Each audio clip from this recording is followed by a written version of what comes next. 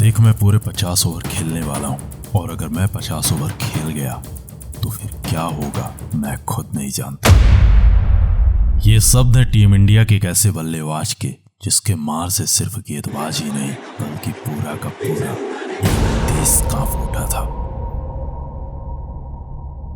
मैं खुशनसीब हूँ कि मैं किसी टीम का गेंदबाज नहीं हूँ, क्योंकि ज्यादातर गेंदबाज जो हैं वो इनसे खौफ खाते हैं। कुछ खिलाड़ी ऐसे होते हैं जो इस 22 गज की पिच पर ऐसा कमाल कर देते हैं जिनका नाम हमेशा याद आता है। इस कहानी की समस्त जड़ें वर्ल्ड कप 2007 से जुड़ी हैं। उस वर्ल्ड कप में एक पराजय के पश्चात टीम इंडिया वर्ल्ड कप से बाहर हो चुकी थी। एक बड़े उलटफेर के पश्चात बांग्लादेश अब अपने अहंकार के उबाल में उछल रहा था और उस अहंकार की गवाही है बांग्लादेश के कुछ प्लेयर और उनकी ये तस्वीरें। इस पराजय के पश्चात भारत विश्व क्रिकेट में अपने अस्तित्व की खोज कर रहा था। भारत का क्रिकेट भारत की गलियों में मर रहा था। इंडियन प्लेयर्स को खुलेआम गालियां मिल रही थी, किसी के घर जलाए जा रहे थे तो किसी को जान से मारने की धमकी दी जा रही थी। किस तरह इंडिया टीम को ध्वंस किया जाए वो डायरेक्टर चिंता किया।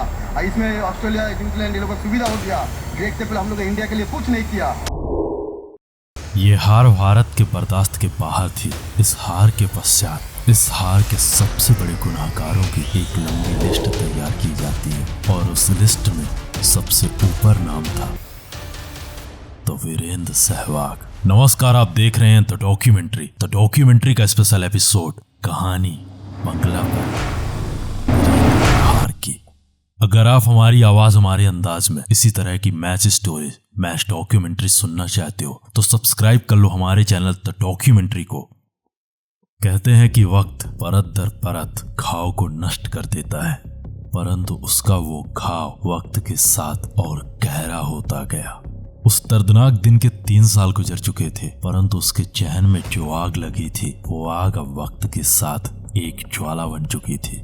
ऐसे में अब वीरेंद्र को इंतजार था उस दिन, उस मैच का। वीरेंद्र की ये राह आसान नहीं होने वाली थी। पिछले कुछ वक्त से बांग्लादेश विश्व क्रिकेट में अपने नाम का एक नया आयाम स्थापित कर चुका था। बांग्लादेश विश्व क्रिकेट की कई महाशक्तियों को पराजित कर 2011 वर्ल्ड कप से पहले खुद में एक महाशक्ति बन चुका था। ऐसे में वीरेंद्र का वो बयान बांग्लादेश के चहन में चुभ रहा था। बांग्लादेश के कोच और कप्तान तरह तरह के बयान दे रहे थे। कोई कह रहा था कि सहवाग को माइक से दूर रहना चाहिए तो किसी ने कहा 2007 का वो वर्ल्ड कप तुम्हें याद है ना। अब बांग्लादेश उस मैच के लिए पूरी तरह तैयार था। 2011 वर्ल्ड कप का पहला मैच। इस मैच से पहले बांग्लादेश में जगह जगह अवकाश की घोषणा हो चुकी थी। बांग्लादेश इस मैच को हर हाल में जीतना चाहता था, क्योंकि ये लड़ाई अब 2 देशों के बीच नहीं बल्कि ये लड़ाई एक देश एक प्लेयर के खिलाफ थी।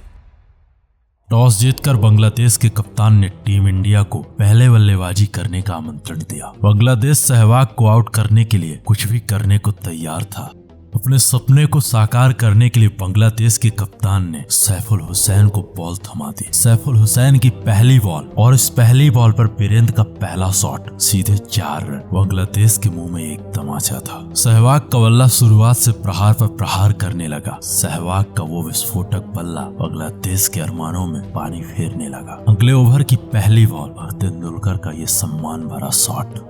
एक तरफ से मास्टर ब्लास्टर एक छोर को संभाल कर रखे हुए थे, वही नॉन स्ट्राइक से वीरेंद्र सहवाग बांग्लादेशी गेंदबाजों को वॉशिंग मशीन में फंसे कपड़े की तरह धो रहे थे। वीरेंद्र की विस्फोटक बल्लेबाजी को देख बांग्लादेश के कप्तान ने अब अपने प्लान पर बदलाव किया और अपने स्पिनर्स को आक्रमण पर उतार दिया। अब 10 ओवर का खेल खत्म हो चुका था। टीम इंडिया के खाते में 60 रन थे। 11वें ओवर की पहली 2 बॉल वीरेंद्र ने बैक टू बैक 2 चौके जड़ अब्दुल रजाक को रगड़ने का मूड बना लिया। सचिन के जाने के बाद एक छोर को संभालने के लिए अब मैदान में था गौतम गंभीर। शुरुआत में गंभीर होकर बल्लेबाजी कर रहे थे, परंतु नॉन स्ट्राइक से वीरेंद्र सहवाग सबके साथ एक जैसा सलूक कर रहे थे। दिग्गजों को अब समझ आ चुका था कि आज बांग्लादेश के साथ कुछ गलत होने वाला है, क्योंकि ओवर दर ओवर जो कुछ भी हो रहा था वो हादसा नहीं, वो एक कारनामा था। इस एक विस्फोटक छक्के के साथ वीरेंद्र ने अपना अर्धशतक बनाया और फिर शतक की ओर अपने कदम बढ़ा दिए। अब 25 ओवर का खेल खत्म हो चुका था। टीम इंडिया के खाते में 160 रन आ चुके थे। टीम इंडिया सचिन के बाद गंभीर के रूप में अपना दूसरा प्रमुख विकेट खो चुकी थी, परंतु वीरेंद्र सहवाग अपने वादे के मुताबिक अभी भी मैदान पर थे।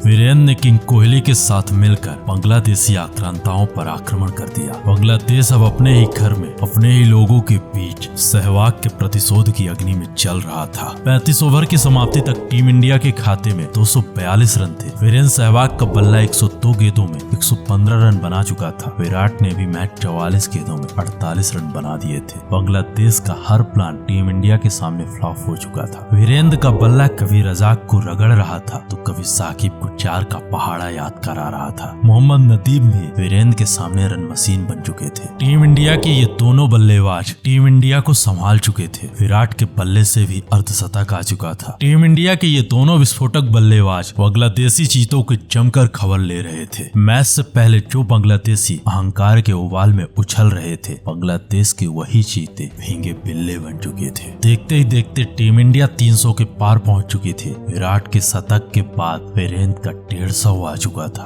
अब यहाँ से इस पारी के आखिरी 5 ओवर बाकी थे, परंतु 37वें ओवर में वीरेंद्र सहवाग अपना विकेट खो चुके थे। वीरेंद्र सहवाग 175 के स्कोर पर साकिब का शिकार बन चुके थे, परंतु तब तक वीरेंद्र सहवाग ने वो कर दिखाया था जिस वादे को उन्होंने मैच से पहले किया था, जिसकी प्रतिज्ञा वीरेंद्र ने 4 वर्ष पूर्व की थी। वीरेंद्र के जाने के बाद बांग्लादेश में थोड़ी राहत थी, परंतु तब तक वीरेंद्र सहवाग नाम का वो तूफान बांग्लादेश के अरमानों में पानी फेर चुका था। पूरे 50 ओवर खेलने आया वो शख्स महज 47 ओवर में बांग्लादेश को तहस नहस कर चुका था, परंतु तब तक वीरेंद्र सहवाग का ये बल्ला बांग्लादेश में कत्लेआम मचा चुका था। बांग्लादेश का हर क्रिकेट प्रशंसक उस दिन वीरेंद्र सहवाग को देखकर कांप रहा था। ये रहा टीम इंडिया के बल्लेबाजों का स्कोर कार्ड। टीम इंडिया की ओर से वीरेंद्र सहवाग ने 140 गेंदों में 14 चौके और 5 छक्कों की मदद से 175 रन बनाए। वहीं किंग विराट ने मैच 83 गेंदों में 2 छक्के और 8 चौकों की मदद से 100 रन बनाए। ये रहा बांग्लादेश के गेंदबाजों का स्कोर कार्ड। अब बांग्लादेश के सामने अगले 300 गेंदों में 370 रनों की एक विशाल चुनौती थी। इमरूल के साथ तमीम इकबाल की यह जोड़ी टीम इंडिया के गेंदबाजों पर भारी पड़ रही थी, परंतु 7वें ओवर में कप्तान महेंद्र सिंह धोनी ने एक नई चाल का अनुसरण किया और मुनाफ पटेल को आक्रमण पर उतार दिया। मुनाफ ने आते ही बड़ी ईमानदारी के साथ इमरूल को आउट कर पवेलियन के बाहर भेज दिया। इमरूल के जाने के बाद जुनैद सिद्दीकी अब मैदान पर आ चुके थे। सिद्दीकी ने तमीम के साथ मिलकर बांग्लादेश के लिए एक साझेदारी बनाई और 16 ओवर तक बांग्लादेश को 100 के पार पहुंचा दिया। टीम इंडिया के ये गेंदबाज बांग्लादेश के सामने दूसरे विकेट के लिए तरस रहे थे। उम्मीद की कोई किरण नजर नहीं आ रही थी। सिद्दीकी और तमीम टीम इंडिया के लिए एक बड़ी समस्या बन चुके थे। भारत के हालात को देख संपूर्ण इंडियन क्रिकेट फैंस हरिभजन कर रहे थे। तब टीम इंडिया के कप्तान ने हरभजन किया और हरभजन ने 24वें ओवर की पहली बॉल पर सिद्दीकी साहब को महेंद्र सिंह धोनी के हाथों स्टंप आउट करा दिया। तमीम इकबाल अभी भी बांग्लादेश के लिए मैदान में थे। 30 ओवर तक बांग्लादेश के खाते में 169 रन थे। बांग्लादेश का करंट रन रेट 6 के करीब था, वहीं रिक्वायर्ड रन रेट अब 10 के पार था। रनों की आवश्यकता को देख टीम इंडिया के गेंदबाजों ने बांग्लादेश पर पलटवार किया और बैक टू बैक विकेट निकालकर बांग्लादेश को बैकफुट में ढकेलने का प्रयास किया। अब 45 ओवर का खेल खत्म हो चुका था। बांग्लादेश के खाते में 264 रन थे और यहाँ से ये मैच जीतने के लिए बांग्लादेश को पर ओवर 21 के हिसाब से रन बनाने थे। इस रिक्वायर्ड रन रेट को देख बांग्लादेश के बल्लेबाजों ने रन गति बढ़ाने का प्रयास किया और बैक टू बैक अपने अगले 3 विकेट खो दिए। बांग्लादेश 50 ओवर खेलकर 9 विकेट के नुकसान में सिर्फ 283 रन बना पाता है और टीम इंडिया के सामने एक बड़ी हार जाता है। ये रहा बांग्लादेशी बल्लेबाजों का स्कोर कार्ड। बांग्लादेश की ओर से तमीम इकबाल ने सर्वाधिक 86 गेंदों में 70 रन बनाए, वहीं साकिब अल हसन ने 50 गेंदों में 55 रनों की एक कप्तानी पारी खेली। ये रहा टीम इंडिया के गेंदबाजों का पराक्रम। मुनाफ पटेल सबसे सफल गेंदबाज रहे, वहीं जहीर खान ने भी बांग्लादेश के 2 बल्लेबाजों का शिकार किया। ये मैच हमेशा बांग्लादेश वर्सेस वीरेंद्र सहवाग के लिए जाना जाएगा, क्योंकि विस्फोटक वीरेंद्र ने बांग्लादेश के साथ अपने वादे के मुताबिक जो भी किया था उसे बांग्लादेश किसी भी हालात में नहीं भूल पाएगा। इस मैच के बाद वीरेंद्र ने एक बार फिर से कहा कि मैंने पहले ही कहा था, ये मैच मेरे लिए सिर्फ मैच नहीं बल्कि उस अपमान का वो प्रतिशोध है। Oh, so I was planning to bat 50 overs, but I couldn't do that. So hopefully I will do in coming games. Cricket की कई ऐसी कहानियां हैं जिसमें सीधे सीधे रिवेंज लिया गया था। अगर आप ऐसी कहानियां हमारी आवाज हमारे अंदाज में सुनना चाहते हो तो सब्सक्राइब कर लो हमारे चैनल द डॉक्यूमेंट्री को, क्योंकि यहाँ ऐसी स्टोरीज, ऐसी कहानियां हमारी आवाज हमारे अंदाज में आती रहती है।